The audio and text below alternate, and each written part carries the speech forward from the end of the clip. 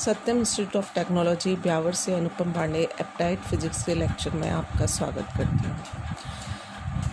Unit 8 में ही हम देखेंगे आज विभवमापी के उपयोग। देखिए, विभवमापी का पूरा स्ट्रक्चर और सभी चीज़ें आपको इससे प्रीवियस लेक्चर में बताई जा चुकी है। विभवमापी में जो पहला उपयोग है वो है हमारा विभवमापी द्वारा दो प्राथमिक सेलों के विद्युत वाहक बलों की तुलना करना। देखिए, इसमें क्या है, दो प्राथमिक सेल लेने हैं E1 और E2। विभवमापी का जो प्राइमरी सर्किट प्राथमिक प्रतिरोध परिपथ हमने पढ़ा था वो एज इट इज़ रहेगा। देखिए, सर्किट में आपको पहले एक्सप्लेन कर देती हूँ। प्राइमरी सर्किट प्राथमिक परिपथ में कहीं कोई परिवर्तन नहीं होगा। सेल, कुंजी, धारा नियंत्रक और ये अपना तार AB। ये द्वितीयक परिपथ है। जिन दो सेलों का हमें विद्युत वाहक बल ज्ञात करना है उन सेलों के धनात्मक सिरों को बिंदु A, विभवमापी तार के बिंदु A से जोड़ दिया जाता है। अब सेल के जो नेगेटिव सिरे हैं उनको हम टू वे की होती है द्विमार्गी कुंजी, उसके प्रथम और आखिरी सिरे से मतलब X और Z सिरे से जोड़ देते हैं। और बीच वाला जो सिरा है Y, उसको धारा मापी से जोड़कर विसर्पी कुंजी से जोड़ दिया जाता है। अब इसकी क्रियाविधि किस प्रकार से है। सर्वप्रथम द्विमार्गी कुंजी के X तथा Y के मध्य कुंजी लगाते हैं। इन दोनों के मध्य कुंजी लगाई तो अब परिपथ में कौन सा सेल है, E1 सेल। इसके लिए संतुलित लंबाई यानी जहाँ पर धारामापी में विक्षेप 0 आएगा वह लंबाई हमने ज्ञात कर ली, वो संतुलित लंबाई है L1। तो E1 के सापेक्ष जो संतुलित लंबाई प्राप्त हुई वो L1। अब XY से कुंजी हटाकर हम YZ में लगा देते हैं। तो YZ में कुंजी लगाते हैं तो अब परिपथ में आ जाएगा सेल E2 और विस्पर्पी कुंजी को AB पर खिसकाकर हम संतुलित लंबाई प्राप्त करते हैं। ये मान लीजिए L2I। तो E2 के लिए संतुलित लंबाई है L2। अब विभवमापी की जो प्रभाव प्रवणता है, अगर X है विभव प्रवणता तो E1 हो जाएगा XL1 और E2 बराबर हो जाएगा XL2। इनको हमने नाम दे दिया समीकरण 1 और समीकरण 2। अब समीकरण 1 में 2 का भाग देने पर E1 upon E2 left hand side में, राइट हैंड साइड में हो गया XL1 अपॉन XL2। X से X कैंसिल हो गया। E1 अपॉन E2 बराबर L1 अपॉन L2। L1 और L2 का मान रखकर विद्युत वाहक बलों की तुलना की जा सकती है। इस प्रकार से हम सेल के विद्युत वाहक बलों की तुलना कर सकते हैं विभवमापी के द्वारा, जिसमें प्राथमिक परिपथ तो एज इट इज़ है। चेंज जो हुआ है वो सेकेंडरी के अंदर E1 और E2 सेल लगा, जिसमें हम किसका उपयोग करते हैं, द्विमार्गी कुंजी। नेक्स्ट है अब आपका दूसरा उपयोग जो इसका, विभवमापी द्वारा प्राथमिक सेल का आंतरिक प्रतिरोध ज्ञात करना।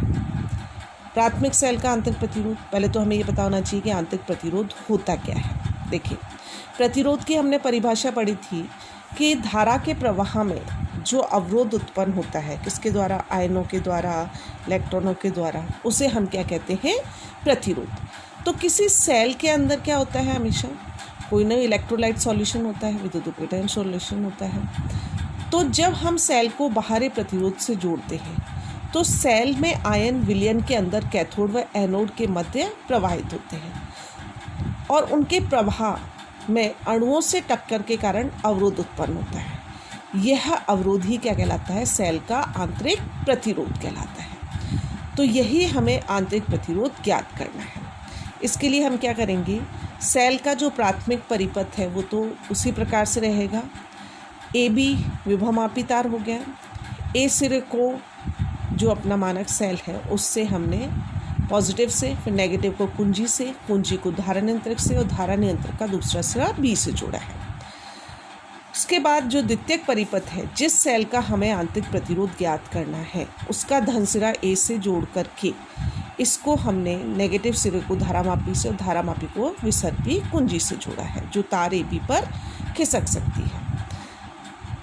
इसमें एक अन्य परिपथ और बनेगा, प्रतिरोध बॉक्स जो कि सेल के धन सिरे से जुड़ा गया है, फिर उसको कुंजी से, और कुंजी को हमने सेल के ऋण सिरे से जोड़ा गया। जब कुंजी को दबा देंगे तो धारा अपनी प्रतिरोध में से गुजर के जाएगी, और जब कुंजी खुली होगी तो उस कंडीशन में यहाँ से कोई धारा प्रवाहित नहीं होगी।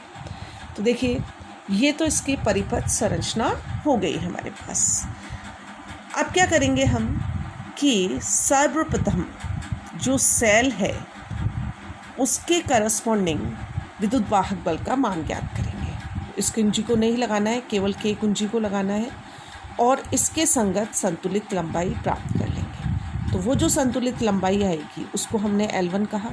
उसके बाद इस कुंजी K1 को लगाते हैं और प्रतिरोध बॉक्स में से कुछ मान का प्रतिरोध, मान लीजिए R मान का प्रतिरोध निकाला और फिर संतुलित लंबाई ज्ञात करते हैं। ये संतुलित लंबाई L2 मानते हैं। तो देखिए E के लिए जो संतुलित लंबाई आई है, यानी जब सेल खुले परिपथ में है, जब प्रतिरोध बॉक्स में से कोई प्रतिरोध नहीं निकाला है हमने, उसके संगत संतुलित लंबाई L1 है। तो सेल अगर खुले परिपथ में है और विभवमापी की जो विभव प्रवणता है वो x है, तो E बराबर हो गया x L1। जब हमने कुंजी को लगा दिया K1 को और प्रतिरोध R निकाला है, संतुलित लंबाई कितनी प्राप्त हुई है?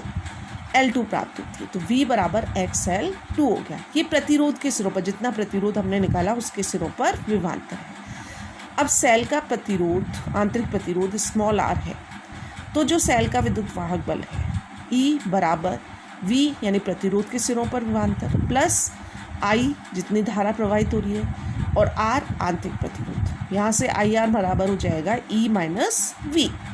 तो R बराबर हो गया E minus V upon I। R मान का प्रतिरोध निकाला, I धारा बह रही है तो V बराबर IR। तो I बराबर हो गया V अपॉन R।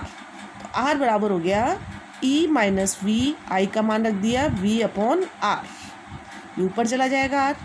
अब इसमें हम E और V के मान रख देंगे। E बराबर था हमारा XL1 और V बराबर XL2। तो XL1 minus XL2 upon XL2 और R। X कॉमन आ गया ऊपर से, तो X ब्रैकेट में L1 minus L2 upon X L2।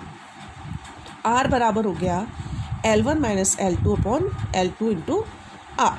इस प्रकार से हम इसमें L1 व L2 का मान रखकर सेल का आंतरिक प्रतिरोध ज्ञात कर सकते हैं। इसके अन्य उपयोग भी हैं, जिसे विभवमापी द्वारा ज्ञात सेल का विद्युत वाहक बल ज्ञात करना, ताप विद्युत वाहक बल ज्ञात करना, वोल्टमीटर एमीटर का अंशांकन करना।